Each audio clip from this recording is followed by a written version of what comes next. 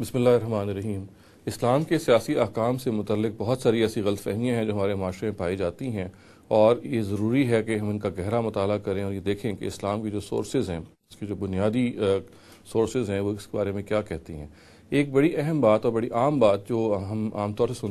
سنتے آئے ہیں وہ یہ ہے کہ وہ وقت ان قریب آئے گا یا آ چکا ہے کہ جو اسلام 72 فرقوں میں تقسیم ہو جائے گا یا 73 فرقوں میں تقسیم ہو جائے گا، اور اس کے نتیجے میں ظاہر ہے کہ انارکی کی فضا سی پیدا ہوگی۔ تو یہ بات جو ہے ظاہر ہے کہ روایات میں بیان ہوئی ہے، اور اس کی نوعیت کو سمجھ لینا بہت ضروری ہے، کیونکہ اگر یہ سمجھا نہ جائے گا تو پھر بہت ساری غلط فہمیاں ہیں جو اس سے وجود میں آتی ہیں۔ سب سے پہلے تو ان تمام روایات کو ہم جمع کریں تو یہ معلوم ہوتا ہے کہ یہاں جو 72 یا 73 کا جو لفظ ہے یہ کوئی لٹرل لفظ ہی نہیں ہے۔ ایسا نہیں ہے کہ کہا جا رہا ہے کہ 72 یا 73 میں تقسیم مسلمانوں کی ہو جائے گی، بلکہ جو یہ اسلوب اس قسم کا ہے کہ جیسے اگر میں یہ کہوں کہ احمد اگر تم نے یہ کام 3 مرتبہ کیا تو زاہد تم یہ کام 4 مرتبہ کرو گے،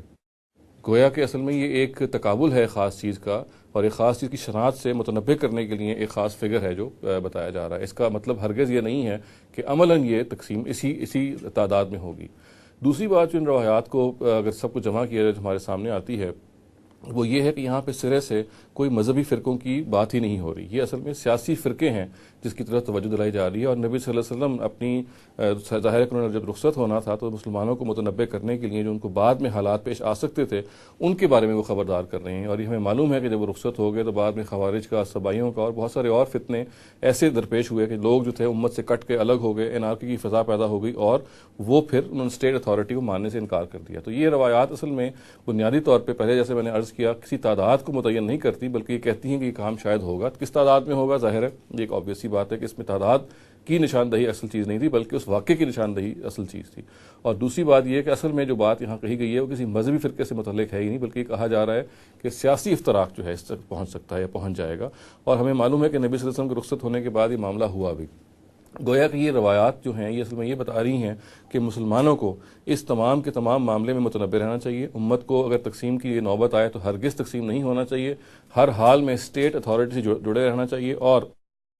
یہ اسٹیٹ اتھارٹی ہے اس کے بارے میں خود قرآن مجید نے بالکل واضح طور پہ کہا کہ اطیعوا اللہ و اطیعوا الرسول و اولی الامر منکم، یعنی یہ جو بات کہی گئی ہے کہ تلزم جماعت المسلمین، یعنی جماعت المسلمین سے ظاہر یہاں مراد اسٹیٹ اتھارٹی ہے۔ تو بنیادی طور پہ یہ روایات اصل میں یہ بتا رہی ہیں کہ سیاسی افتراق کے دور میں آپ کو گروہ در گروہ نہیں ہونا، آپ کو اپنا الگ امپائر نہیں بنانا، اپنا الگ گروہ کے طور پہ آپ نے نہیں رہنا، بلکہ ہر حال میں یہ کوشش کرنی ہے کہ اسٹیٹ کی اتھارٹی سے آپ چپکے رہیں، کیونکہ اسی میں سالمیت ہے، اسی میں پیس ہے، اسی میں اسلام کی بھی بقا ہے۔ گویا کہ ہمیں اپنی سیاسی افتراق کو ہرگز اس تک نہیں پہنچانا کہ اگر ہمیں کوئی اختلاف ہے اسٹیٹ سے تو ہم اپنا نظم بنا لیں، ایک اپنی جماعت بنا لیں، بلکہ ہر حال میں اسٹیٹ کی جماعت، اسٹیٹ اتھارٹی سے ہمیں جڑے رہنا ہے۔ تو ہم یہ کہہ سکتے ہیں کہ اس روایت میں جو کچھ بات بیان ہوئی ہے وہ بنیادی طور پہ سیاسی انتشار، سیاسی افتراق سے متنبع کرنے کے لیے بیان ہوئی ہے، کہیں ایسا نہ ہو کہ ہم یہ کام کر بیٹھیں۔ چنانچہ خلاصتاً ہم یہ بات کہہ سکتے ہیں کہ فرقوں میں تقسیم ہونا اس روایت میں اس مفہوم میں سرے ہی سے نہیں ہے کہ مذہبی اتنے فرقے بن جائیں گے، کیونکہ اس روایت کو عام طور سے استعمال کیا جاتا ہے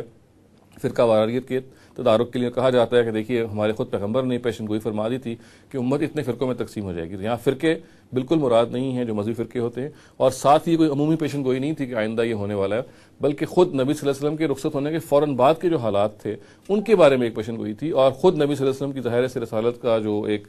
ثبوت ہے وہ بھی ثابت ہوتا ہے، اور مسلمانوں کو متنبع کرنا بھی پیش نظر ہے کہ وہ اس سے بچ کے رہیں۔ اور چنانچہ ہمیں اس روایت سے اگر کوئی چیز اخذ کرنی ہے تو وہ یہ ہے کہ مسلمانوں کو سیاسی افتراق سے ہر حال میں بچنا چاہیے، اور تمام معاملات میں ہر چیز میں اگر کوئی انارکی کا دورہ ہو تو اپنے آپ کو اسٹیٹ کی اتھارٹی سے یا جو بھی اس وقت ایک صورتحال اجتماعی نظم کی ہے اس سے جڑ کے رہنا چاہیے۔ اقول قولی ھذا واستغفر اللہ لی ولکم ولسائر المسلمین والمسلمات۔